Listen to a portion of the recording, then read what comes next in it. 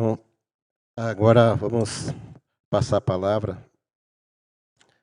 Não sei se as vereadoras gostariam de fazer uso da palavra antes da mesa? Depois? Ah, por primeiro aqui, acho que eu vou pedir ao nosso representante da Polícia Rodoviária Federal, porque ele tem dados, né, para passar, para que todos possam, se quiser fazer uso da palavra, até 5 minutos. Tem uma apresentação. Pode colocar para mim. Ele tem uma apresentação para fazer, a técnica pode passar. Oi.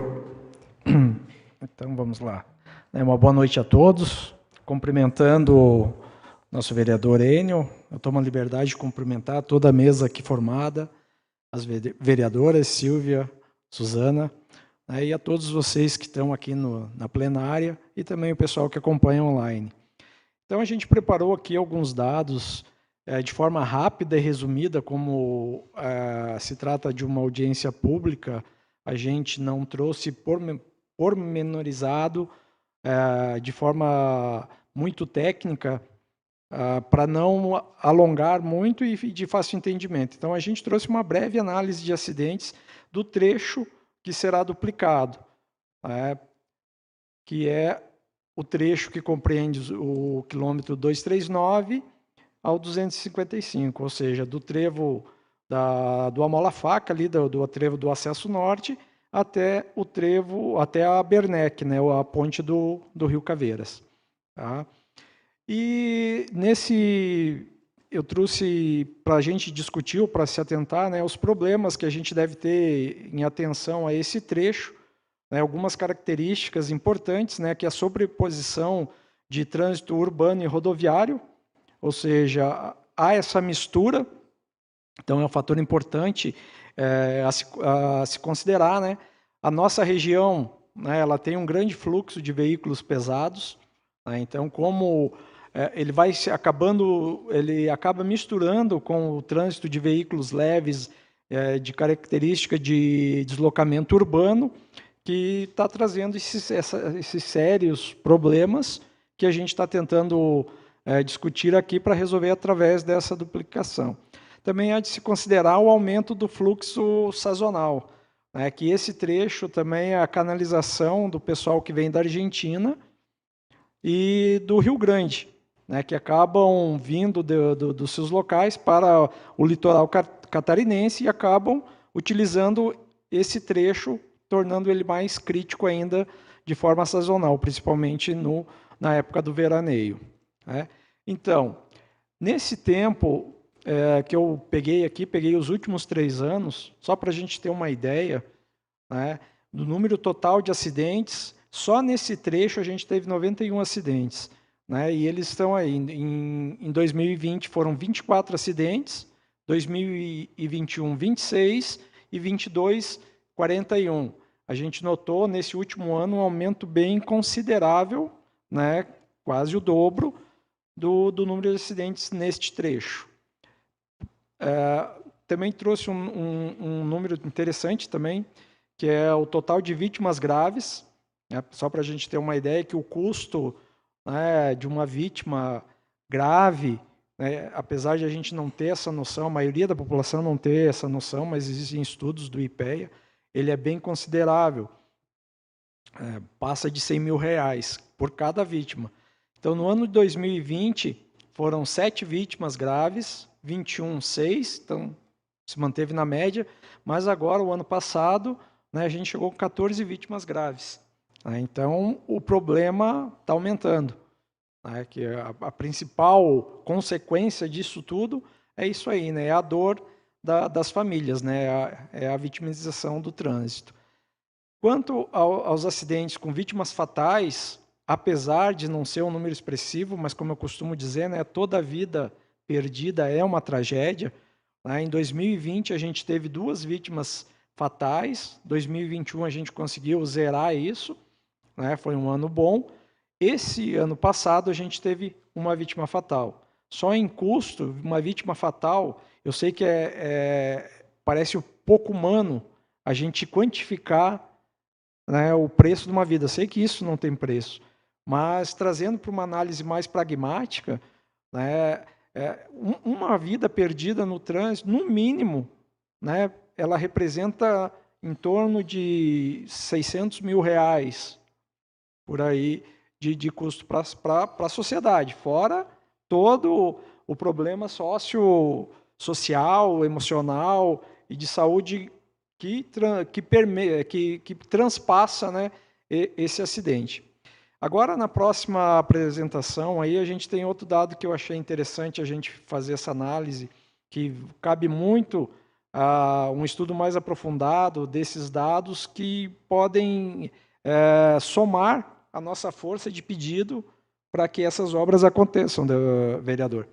Vejam bem, 55% desses acidentes, deste trecho que se pretende duplicar, eles estão concentrados em 5 quilômetros, no 245 até o 250. É o trecho do trevo da BR-116 com a 282 e o acesso sul, que engloba ali um trecho, outro ponto crítico, que é o 247 e 248, que é o acesso à área industrial. Então, mais da metade dos acidentes acontece nesses 5 quilômetros, né? E a principal causa, ou melhor dizendo, o principal tipo de acidente notado, 36% dos acidentes, é a colisão transversal. O que é isso? Isso é a presença do cruzamento em nível, né, onde ocorre a colisão transversal, que é um acidente que pode ser muito grave, né, não tão grave quanto a colisão frontal, mas em certas circunstâncias ele quase que se equivale, né, em você imaginar, né, uma colisão transversal entre um veículo pesado e um veículo leve, né. E o último dado que eu trouxe aqui, que 80% das causas verificadas nesses acidentes estão envolvidas entre a falta de atenção e o uso de bebida alcoólica, né? Então, eu vejo assim que a falta de atenção, aqui como eu falei, como não é um relatório técnico, aqui eu abrangi várias causas que eu chamei de falta de atenção, que, por exemplo, o não cuidado ao cruzar a via, né? A falta de presteza do motorista em tomar uma ação que evite o acidente. Então, uma série de condutas que eu coloquei aqui como falta de atenção. Pode voltar lá um pouquinho ainda. Então, e o uso do álcool, né? Como é um perímetro urbano, né? Infelizmente ainda a gente tem esse problema bem acentuado. Voltando um pouco na falta de atenção, só para fazer mais um adendo, já estou terminando, é o seguinte, é que o trânsito, né, o trânsito urbano, ele tem uma característica diferente. Ele é mais lento, né, ele se dá de forma mais devagar, né, mesmo assim. Então, quando a pessoa entra e muda a forma o ambiente, né, ele sai de um bairro, né, do interior do bairro e entra na rodovia e tem um caminhão, tem um veículo que está fazendo uma viagem mais longa e está num fluxo diferenciado, né, e muitas vezes, né, e a prova está nos números aí, as pessoas não se atentam disso e ocorrem os acidentes. Com a duplicação desse trecho, grande parte desses problemas se resolve, a começar pela principal causa, tipo de acidente, a colisão transversal.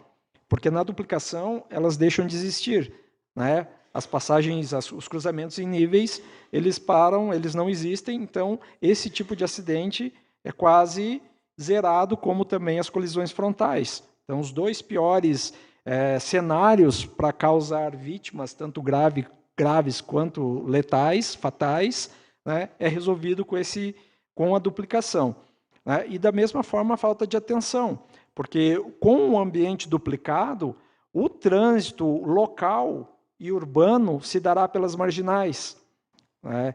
De forma também de mão, a maioria desse trajeto em mão única, né? Que evita também esses pontos de conflito. Então, é muito importante, eu vejo essa obra, né, parabenizo o vereador por essa proposição, apesar de a gente estar aqui com um ambiente escasso de pessoas, porque o problema realmente é sério, né, envolve toda a sociedade, a nossa cidade, a mobilidade, e se tem esse projeto, eu acho que a gente tem que estar realmente mesmo unidos para que se resolva da melhor forma possível. E eu vejo a duplicação, né, como uma possibilidade viável, né, viável e bem palpável, porque o projeto já está pronto, né, a gente tem que descobrir o que está faltando, né, vereador? As autoridades, aí, os responsáveis não vieram nos dar essa resposta para a gente correr atrás. Então, é de interesse fundamental da Polícia Rodoviária Federal que isso aconteça, porque, de certa forma, também vai diminuir, que é o que a gente trabalha, que o nosso trabalho seja diminuto, principalmente em relação ao atendimento de acidentes de trânsito, atendimento de vítimas, né? Então, há o interesse da Polícia Rodoviária Federal e conte conosco para o que for preciso. Nós temos o serviço de perícia, também em acidentes de trânsito, que pode também, eventualmente, auxiliar uma comissão ou a própria casa, se precisar de algum trabalho, para a gente desenvolver trabalhos daí mais técnicos, mais pormenorizados, que ajudem a fundamentar todo esse pedido para que essa obra realmente aconteça.